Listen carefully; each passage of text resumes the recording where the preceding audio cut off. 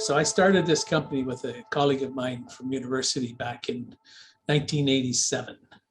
We listed the company 2 months before a major market crash called Black Friday in October of 1987. So we learned very quickly that running a public company wasn't necessarily that easy. So we explored a number of projects throughout in Canada mostly, and I became quite interested in Mexico in 1995 and started to get down there and look at projects. We got involved in one project as a minor participant, minor interest holder, and the partners were crazy, so that one kind of fell aside. And then in 1997, I found Tahuehueto, our main, what we call our flagship project, and brought that into the company in 2000 or 1998.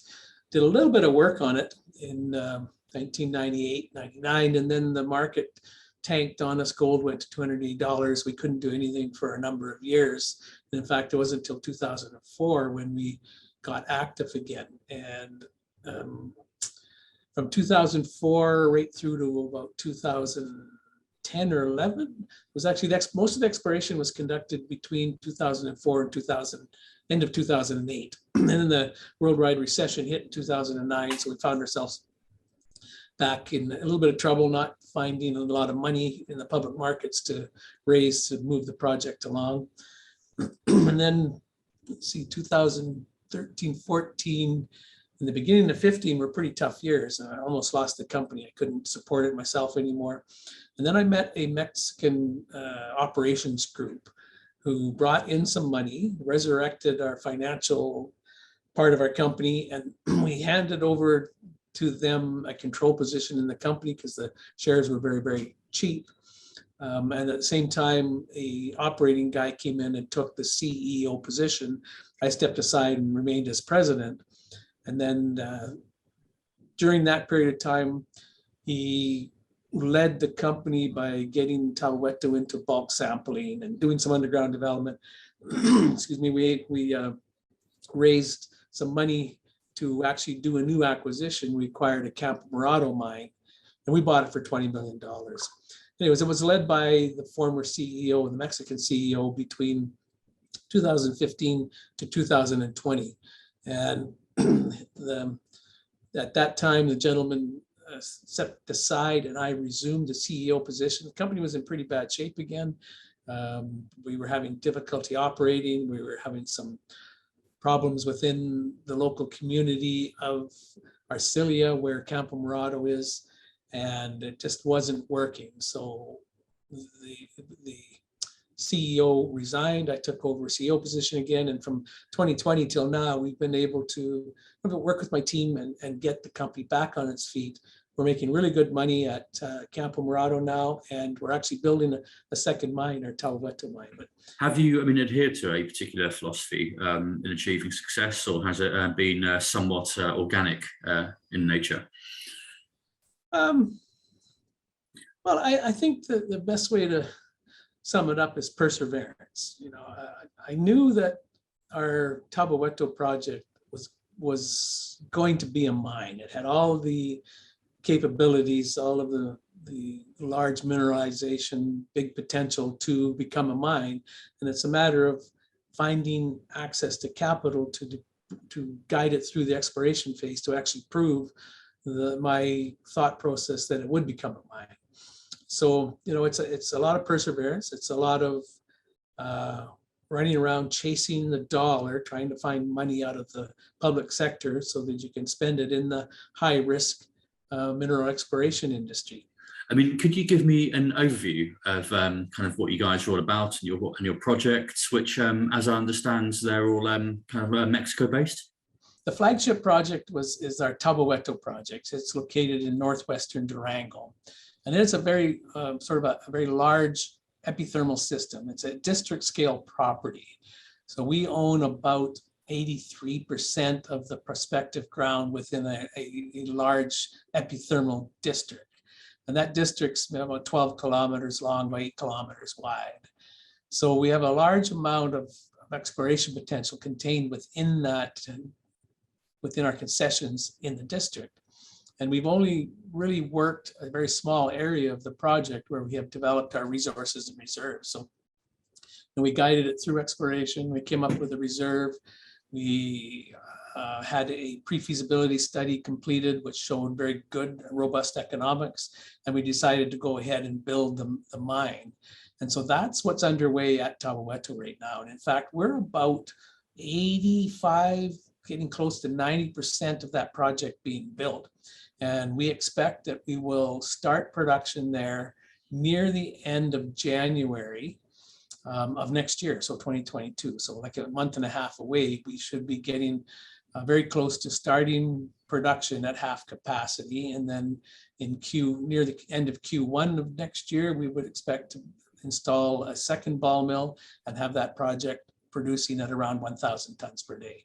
Now it's a gold project primarily, just under 70% of the value of the project, or the revenue for the project, will be attributable to gold, 12% from silver, and the rest from base metals. And that's Tahuehueto. And then the other project we purchased from Nearstar, it's an operating zinc mine. So we're producing there around 2,200 tons per day. It's an underground mining operation. It's what we term a volcanogenic massive sulfide deposit, which means the geological environment for it is different than our Tahuehueto project. But we have big, massive bodies of mineralization that we're mining. And right now we have about close to a 20-year mine life at over 2,000 tons per day. And we have a lot of work going on there. So we're steadily producing. We're making over $2 million in EBITDA on a monthly basis. So we're profiting quite well. We have what I would term a full court press on metallurgical studies. So Campo Morado is a project that has some difficult metallurgy. We only recover about 15% of the gold and about 30 to 40% of the silver. So that's 15% of the gold and 30 to 40 silver. And so what we're doing is we're investigating a number of ways that have gone through first phase testing by the previous owner of the mine that were very successful. So we hope we can increase those gold recoveries up to the 50 to 60% level and silver recoveries up to potentially 80% levels, which would really make a strong impact on the bottom line of the profitability of Campo Morado. So that is a process that's underway. The metallurgical testing, we hope to have a good, pretty much wrapped up by the end of the first quarter of next year, which we hope will show us a pathway to increase our production, or at least our revenues from current production. But there's also the ability to increase production at that mine. There's a flotation circuit that was under construction by the previous owners. It was 80% complete when they put the mine on care and maintenance. And when we purchased it, we got all that equipment. So we could theoretically bring that new flotation circuit online, increase production by 1,000 tons per day. So going from 2,000 to 3,000 tons per day. However, if this metallurgical testing we're working on now proves to be successful, we may go to new technology that would make it unnecessary to bring the traditional mechanical flotation expansion online. What's the state of the wider industry at the moment? Kind of how's it affecting you guys? Is it buoyant? Mining is fairly buoyant right now. Base metals are experiencing very good pricing. So, we're doing well on all the base metal sides. Precious metals have decent prices, but they're somewhat neutral to the investing market. Precious metals have not really shown some of the attractiveness as it has in the past. And I believe there's a lot of the investing public is more focused on the tech companies, the FANGs, and all of those other companies that are getting a lot of press and getting a lot of market attraction, I guess, and doing very well. Digitalization and automation are just hugely topical at the moment. Certainly in mining, which is kind of undergoing something of a revolution in this area. I mean, how has the kind of the digital boom kind of affected you guys? Have you integrated any new techs kind of into your own operations, or? As a small company, our ability is a bit limited, but, if you look at automation in the mining industry, it's underway in the larger companies, quite strongly. And it's in the smaller companies in a limited way. Because it's capital cost intensive, to get a lot of these automation technologies into your mine, it's quite expensive. So the large guys can afford it and they have the capital necessary. Smaller guys like us, we have to go at it slow and steady. But to answer your question, yes, we are installing some automation at Campo Morado. We've got some automated equipment being installed in our SAG mill, which controls, it basically controls the feed to the mill and removes operator error. It's supposed to extend the life of your mill liners and reduce consumption of your grinding media.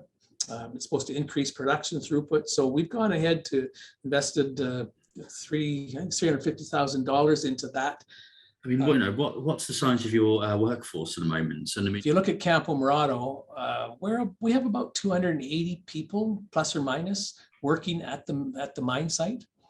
That includes all different types of people, right from support staff through to metallurgists, geologists, underground miners, etc., drillers.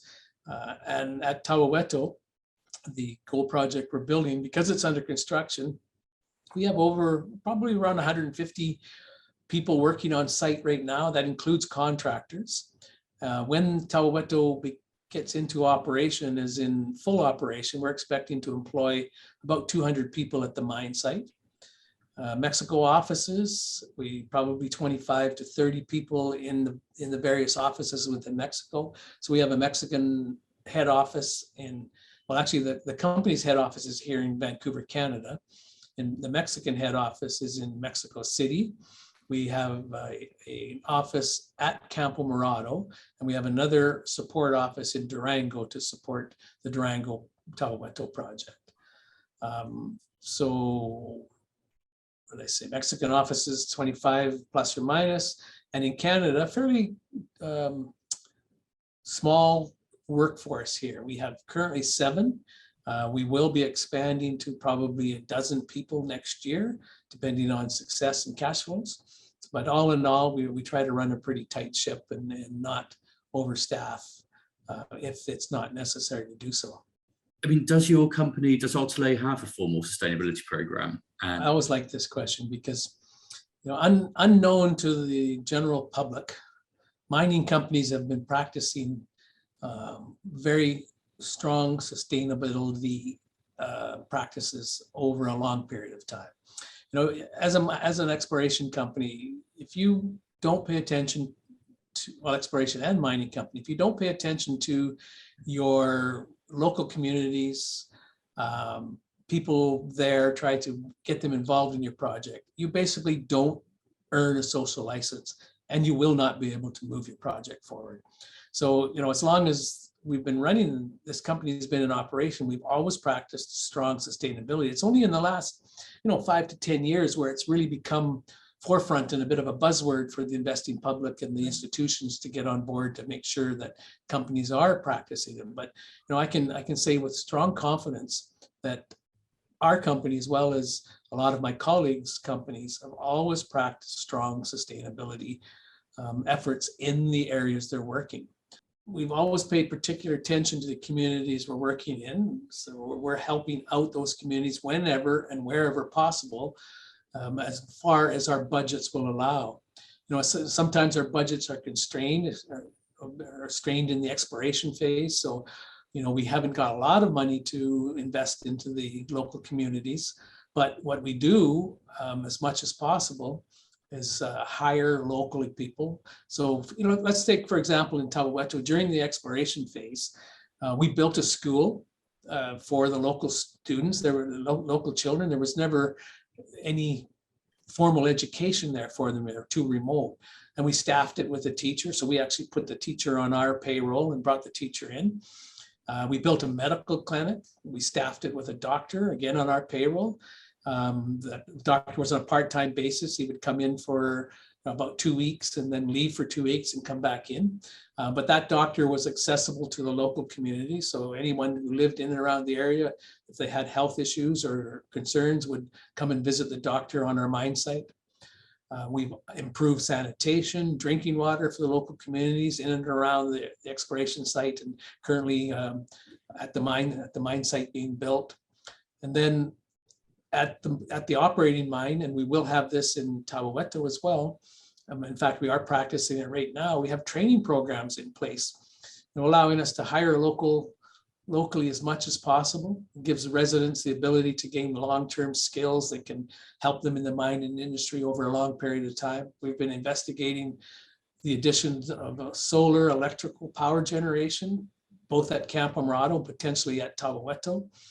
Once again, because we're a small company, we're probably looking a couple of years out to get that type of equipment into the mine sites, because the capital costs are we just can't make it yet, but we hope to be able to go there. We've been looking at additional power supplies that generate green electricity and buy purchase agreements with them, so that we're not having to purchase as much from the Mexican government national grid, which uses a lot of coal and oil to run turbines for power generation. So, some of these green energy providers, you can do private deals with them to purchase power, and then they supplement that by delivering their power into the electrical grid. Is there anything in particular that's kind of happened recently that you guys are really excited about? As far as future developments, we want to expand both our projects. So that means getting drills going again. And that again means access to capital. So as soon as we're healthy enough, then we can start our exploration drilling and bring in new resources and reserves and expand these projects.